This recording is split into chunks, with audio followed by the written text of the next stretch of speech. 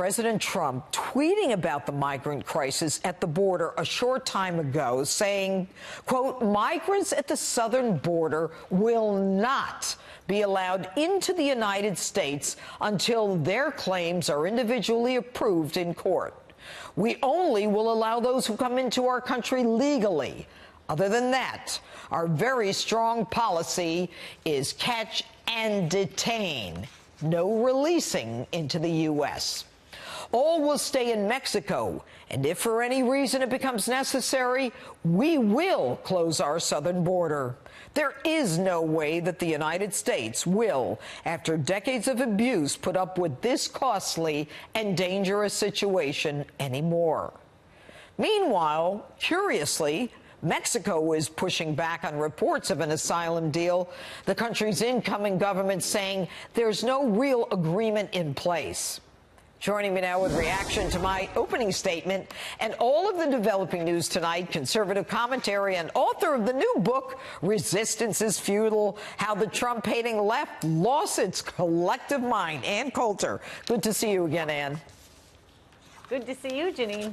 All right, so talk to me about what is going on at the border. And now the president seems to suggest, aside from whether or not there's a deal with Mexico, he's saying they ain't coming in. There's no catch and release. It's catch and detain when we get them. Is that really going to happen, Ann?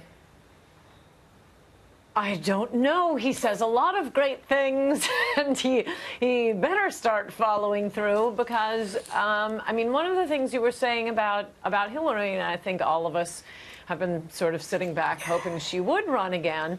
But, I mean, consider that in Texas alone, look at how close those last two elections were in Florida and Texas. If either of those ever flip, no Republican ever gets elected president again.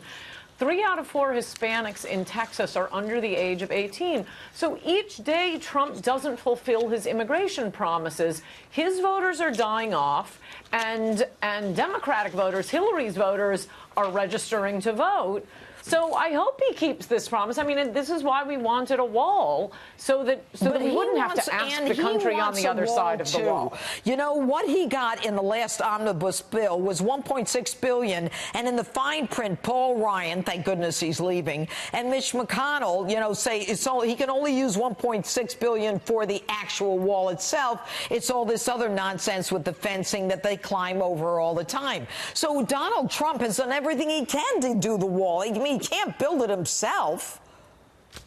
I think he can, and I think the most important point is, no, I mean, he can use the funding from Department of Homeland Security and Department of Defense. He's commander-in-chief. And by the way, just separate point, but what happened to ending the war in Afghanistan? We have troops protecting borders all over the world, not our own border. But the most important point is... But he's moving the military to the border. I mean, he can't do anything else. He has indicated he's going to close the whole southern border. No president. I mean, they've sent the military to the border. Bush did and Obama did. But I've never seen anything as focused as we are right now. Who do you think's sending these people? Well, his rhetoric is great. There are troops, I think 5,000 on the border, but if you are an aficionado of the Andy Griffith show, Barney Fife could have a gun but only one bullet, and that bullet he had to keep in his pocket because he wasn't a very good shot. That's more bullets than our troops on the border have. Well, they're not allowed to use it because Trump is, you know what the legal requirement is, posse comitatus. I mean, he is doing everything he can to have them back it up.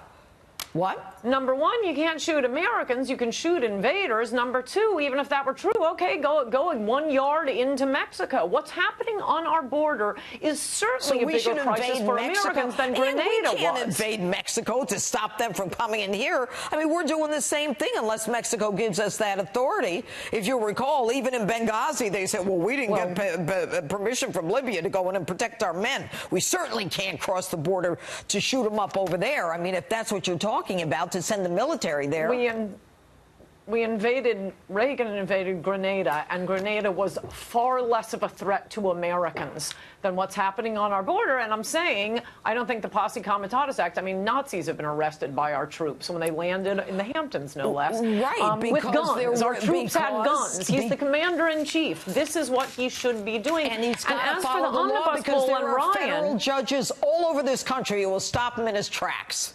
Final word, Ann, real fast. I don't think so. I don't think so. Most of the property in Texas. All right. So they'll bring a lawsuit, but they'll lose. Yeah, ultimately. And that's not a reason not to try it. Well, you know what? The Ninth Circuit is... There's no tomorrow on this. Yep, well, let's hope not. This omnibus bill Ann is Coulter? the last chance. All right, Ann Coulter. Thanks so much for being with us tonight.